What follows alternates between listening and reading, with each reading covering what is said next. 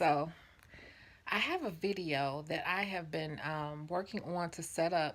I've been editing, you know, because I want to do my videos the right way. But sometimes when I come in late at night and I've been partying or whatever, the mood strikes me.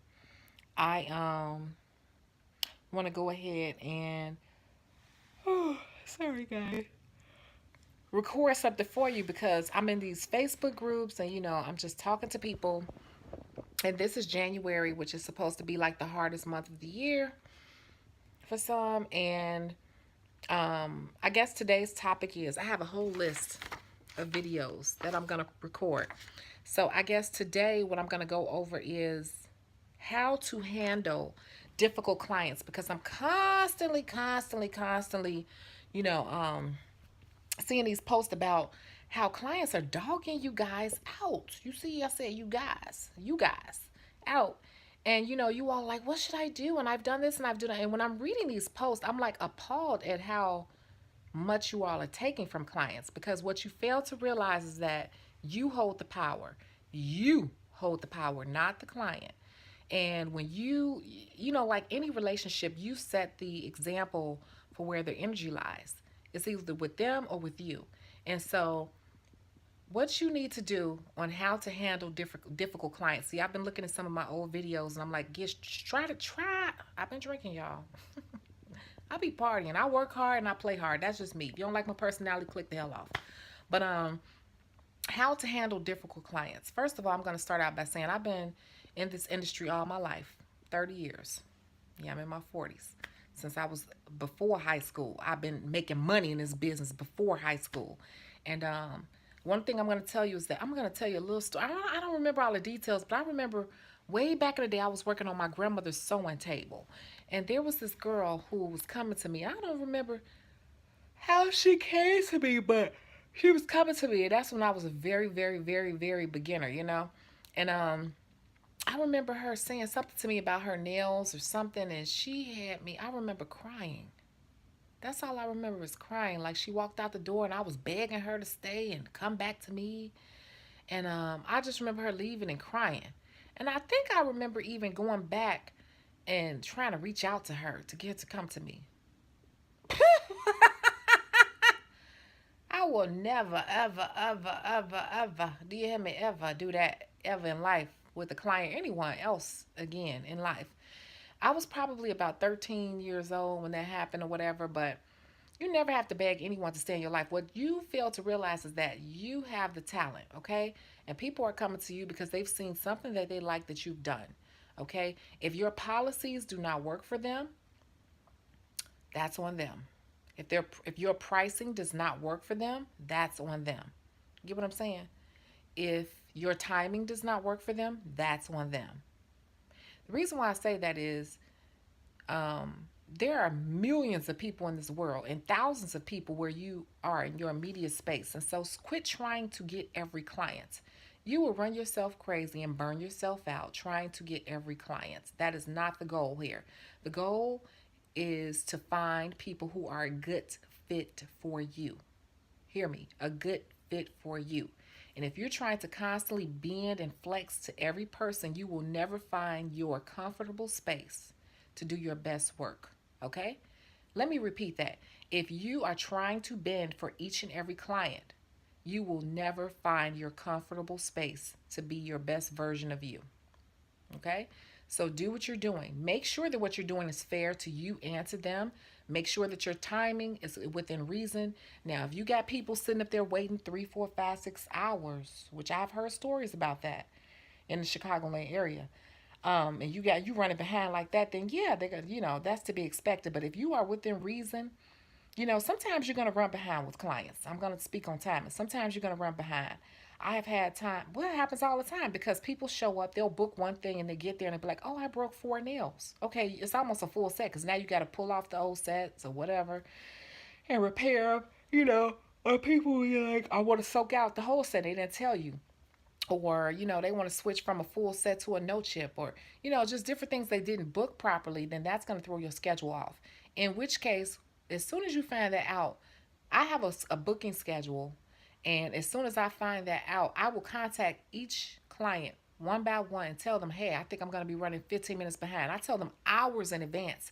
And I say, so, hey, if you have anything you feel like you need to do, go ahead and do it. Come at this time.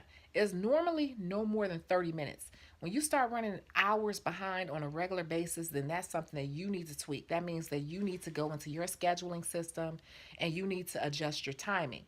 Also, you need to have conversations with your clients and let them know, hey, I need you to book properly so it's not throwing off my day. That's what you need to do.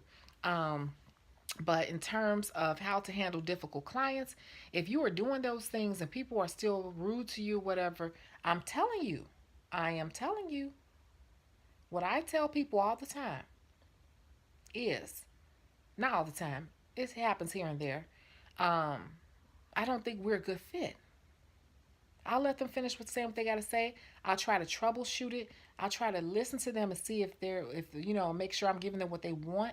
But at that point, if they're still being rude and saying, and that rarely happens, rarely, because I don't play that. People could tell from my demeanor that I'm not gonna put up with too much shit.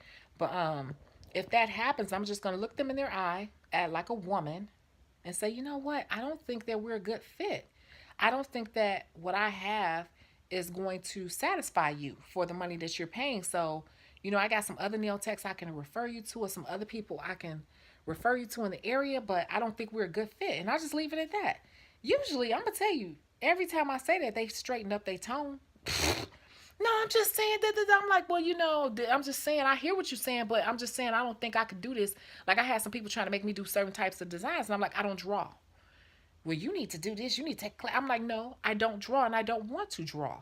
And so you're not going to make me a drawing technician, because different technicians have different styles. And if you look at their social media, you'll see that they do a lot of drawing. They do a lot of encapsulation, or they do a lot of ombre or whatever. Everybody has their own style. So you're telling me something I need to do, and I'm telling you that what I'm doing works good for me and my current clientele. If it's not good for you, then you probably are not a good fit for me and my design structure. And I say it just like that. And if you're not strong enough to say that, then you're going to have a problem with some clients, and you're going to be sitting there feeling stressed out. You know, when these people come in, you're going to be feeling like anxiety when they come in, trying to satisfy them and bend over backwards. And I'm telling you, that is not the way to go. I've been in this industry 30 freaking years. I'm a published artist. I'm a celebrity artist. And I've been through every imaginable thing you can ever, any scenario you could throw towards me, I could tell you I've been through it, or I know how to handle it. And I'm telling you, you have to be straight up with people, because they will run you. The minute they see that you're folding and they can feel your nervous energy, they know that they have you, and they have the power in this relationship, because at the end of the day, it is a relationship. Charge what you want to charge. Do the clients that are a good fit for you, and make sure and be sure that you're not letting them run over you. If you're not abusing them, don't let them abuse you. Now, if there are some things you need to tweak, go ahead and tweak them. But if you're running within reason in your business, do not let them run over you. And do not be afraid to lose people, because everybody is not a good fit for you. I keep telling you all, stop being thirsty for clients. It's thousands of people in your area that are looking for people. Get out there, promote yourself more, tell your current clientele to help promote you. And you don't have to even give them a discount. You don't have to do that. Okay? Stop giving people discounts. This is how you pay your bills. Okay? You don't have to give people discounts. Give them a free design. Give them some free products. Give them something extra for free. Give them some free stones or whatever. You don't have to give up money to have people promote you. If they don't promote you, promote your damn self. It's good. But over time, that you don't even need them to do that. It'll come together. And so I say all that to say how to deal with difficult clients. If a client is disrespecting you and you know that you've done everything that you can do, politely tell them, I do not think we're a good fit. I can refer you to some other people in the area, but I think I've done all that I can do to try to satisfy what it is you're looking for, and I just don't think that I'm able to provide it for you. And that's that. Let them say what they're gonna say. They're gonna either straighten up their tune and getting beat, or you're just gonna leave it at that. And you finish up the service and you let them go about their way. I promise you 99% of them people gonna try to come back and book with you again, and when they come back, they're gonna be straightened up.